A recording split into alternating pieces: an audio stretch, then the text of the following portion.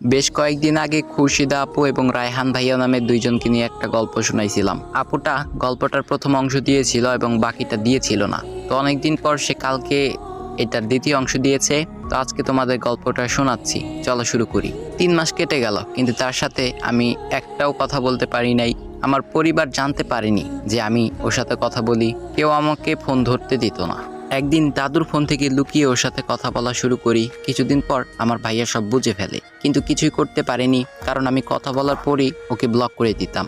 এভাবে লুকিয়ে লুকিয়ে মাঝে মাঝে কথা হতো, আর দিনগুলো কেটে যাচ্ছিল।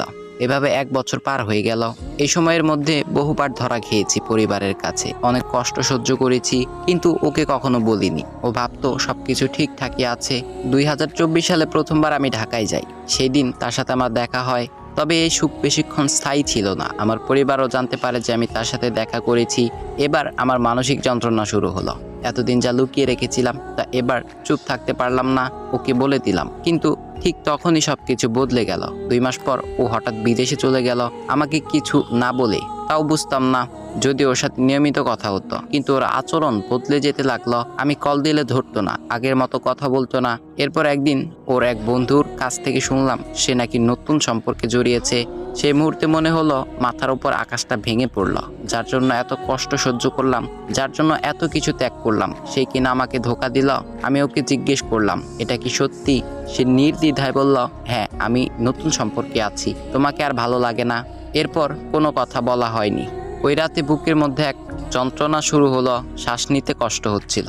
আমাকে হাসপাতালে নিয়ে যাওয়া হলো। 4 দিন হাসপাতালে থাকতে হলো। হাসপাতাল থেকে ফিরে আমি পুরোপুরি ভেঙে পড়লাম। কারোর সাথে কথা বলতাম না, ঠিকঠাক মতো খাওয়া দাওয়া করতাম না।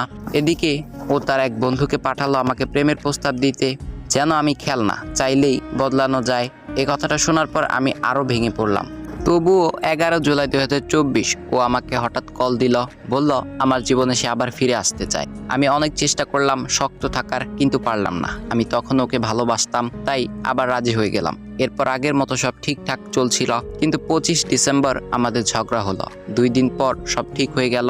31 ডিসেম্বর ও হঠাৎ জিজ্ঞেস করলো, তুমি কি আমাকে বিয়ে করবে? আমি হেসে বললাম হ্যাঁ, কিন্তু ও বিশ্বাস করলো না। ও বলল, তাহলে তোমার আব্বু আম্মুর কসম কেটে বলো। আমি সঙ্গে সঙ্গেই না করে দিলাম, কারণ আমার আব্বু তো 6 বছর আগেই মারা গেছেন। এ নিয়ে আমাদের আবারও ঝগড়া হলো, আর সেটাই আমাদের শেষ কথা ছিল। 31 ডিসেম্বর রাত। 2025 সালে 3 জানুয়ারি ও আবার কল দিল, কিন্তু তখন আমার আম্মুর কাছে ফোন ছিল। আম্মুর ফোনে সে বারবার কল দিতে থাকে। আম্মু তখন ফোনটা আমাকে দেয়নি, বরং আমার বড় ভাইয়ের কাছে নাম্বার দিয়ে দেয়। ভাইয়া তখন জিজ্ঞেস করলো, কেন কল দিয়েছেন? তখন সে আমার নামে মিথ্যা কথা বলতে শুরু করলো, গালিগালাজ করলো। এবার আমার পরিবার সবকিছু বুঝে গেল, আর তারপর আমার পরিবার আমাকে বাধ্য করলো ওকে ছেড়ে দিতে। শেষ পর্যন্ত দূরত্ব শুধু আমাদের মাঝে ছিল না, সে আমাদের ভালোবাসার মাঝেও তৈরি হয়ে গিয়েছিল এক অদৃশ্য দেয়াল, যা আর কোনোদিন ভাঙা যায়নি। তো বন্ধুরা, এই গল্পটা এতটুকুই ছিল।